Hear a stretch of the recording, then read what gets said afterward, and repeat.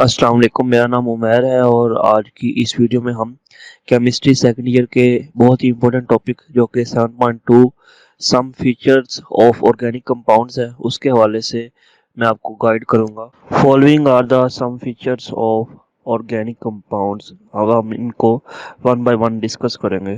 First of all we will discuss carbon का peculiar nature.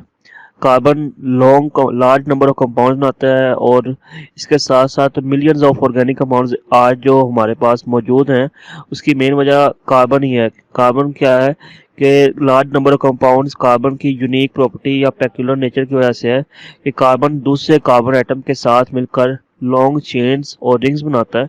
इस वजह से ये कार्बन की ये प्रॉपर्टी है जिसकी वजह से मिलियंस ऑफ ऑर्गेनिक कंपाउंड्स हमारे पास मौजूद है। और इस ये जो सेल्फ लिंकिंग है यानी कार्बन का कार्बन के साथ जो लिंक करना इसे सेल्फ लिंकिंग कहेंगे। तो ये जो सेल्फ लिंकिंग है इसे कहेंगे कैटिनेशन। तो कार्बन ना सिर्फ कैटिनेशन करता है बल्कि इसके ज़रिए स्टेबल सिंगल और मल्टीपल बॉन्ड्स भी बनाता है, ना सिर्फ कार्बन के साथ बल्कि ऑक्सीजन के साथ, नाइट्रोजन के साथ, सल्फर के साथ।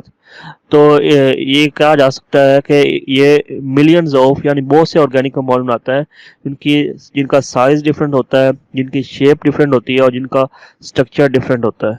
नेक्स्ट अब हम डिस्कस करेंगे non ionic character of organic compounds. Organic compounds are actually covalent compounds. They do not have ionic reactions. They do not have properties like ionic compounds. यानी वो तमाम रिएक्शन जो कि आयनिक कंपाउंड देते हैं वो ऑर्गेनिक कंपाउंड्स नहीं देते, बिकॉज इनमें वैसी बॉन्डिंग ही नहीं है, इनमें कोवलेंट बॉन्डिंग है। अब हम थर्ड प्रॉपर्टी के बारे में डिस्कस करेंगे जो कि है सिमिलरिटी इन बिहेवियर। तो there exist a close relationship between different organic compounds.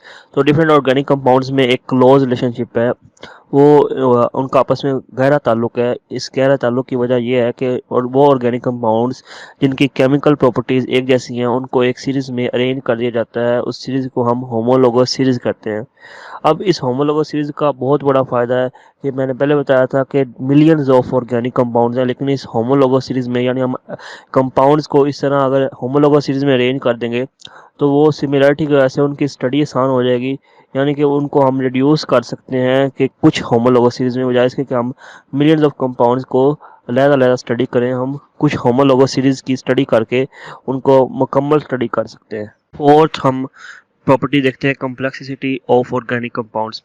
Organic compounds mainly बहुत बड़े होते हैं और उनका जो स्ट्रक्चर होता है वो बहुत ही कम्प्लेक्स होता है। हम डिफरेंट एग्जांपल्स ले लेते हैं। फॉर एग्जांपल स्टार्च है, उसका जो फार्मूला है वो है C6H10O5N और यहाँ पर जो N है वो उससे मुराद है सेवरल थाउजेंड्स, यानी कि वो सेवरल थाउजेंड से मल्टीप्लाई करेंगे तो उसका जो कंपाउंड है वो कितना बड़ा हो जाएगा, इसका जो स्ट्रक्चर होगा वो कितना कम्प्लेक्स हो जाएगा। इस तरह प्रोटीन्स हैं, ये भी बहुत कम्प्लेक्स मॉलिक्यूल्स हैं, इनका मोलिकुलर मास बहुत बड़ा ज़्यादा होता है, थाउजेंड से मिलियंस की रेंज में होता है इनका मोलिकुलर मास। तो इस तरह ऑर्गेनिक कंपाउंड्स बहुत ज़्यादा कम्प्लेक्स होते हैं। नेक्स्ट हम फिफ्थ प्रॉपर्टी के बारे में बात करते हैं जो कि है आइसोमरिज्म। आइसोमरिज्म एक कॉमन फिनोमेना है ऑर्गेनिक कंपाउंड्स में। यानी कि ऑर्गेनिक कंपाउंड्स में मेनली क्या होता है कि मॉलिक्यूलर फार्मूला सेम होता है और स्ट्रक्चरल फार्मूला डिफरेंट होता है, तो उनमें आइसोमरिज्म पाई जाती है। ये मोस्टली तकरीबन most of the organic compounds में ये प्रॉपर्टी पाई जाती है। तो ये इनका डिफरेंस है बाकी टाइप ऑफ कंपाउंड से। नेक्स्ट हम डिस्कस करते हैं रेट्स ऑफ ऑर्गेनिक रिएक्शंस। तो वो तमाम रिएक्शन जिनमें ऑर्गेनिक कंपाउंड्स इन्वॉल्व हैं उनका जो रेट होता है वो बहुत स्लो होता है और उनकी जो प्रोडक्ट होती है, यील्ड होती है, वो भी बहुत कम होती है। अब ये स्लो रेट ऑर्गेनिक रिएक्शंस का क्यों होता है? क्योंकि उनमें जो इन्वॉल्व होते हैं ऑर्गेनिक कंपाउंड्स उनका जो मॉलिक्यूलर नेचर ही ऐसा होता है जिसकी वजह से उनका जो रिएक्शन है वो स्लो होता है, उनका जो रेट स्लो होता है। अब हम आखिरी प्रॉपर्टी के बारे में बात करते हैं जो कि है सोलबिलिटी। और most of the organic compounds पानी में इनसोलबल होते हैं। पानी क्योंकि पोलर सॉल्वेंट है और वो तमाम ऑर्गेनिक कंपाउंड्स रेडिली यानी बहुत आसानी से सोलबल हो जाते हैं नॉन पोलर ऑर्गेनिक सॉल्वेंट्स में, जैसा कि बेंजीन है, पेट्रोलियम है, ईथर है। अब इसकी वजह ये है कि ऑर्गेनिक कंपाउंड्स होते हैं उनका मोलिकुलर नेचर ही ऐसा होता है जिसकी वजह से वो उनमें सोलबल होते हैं।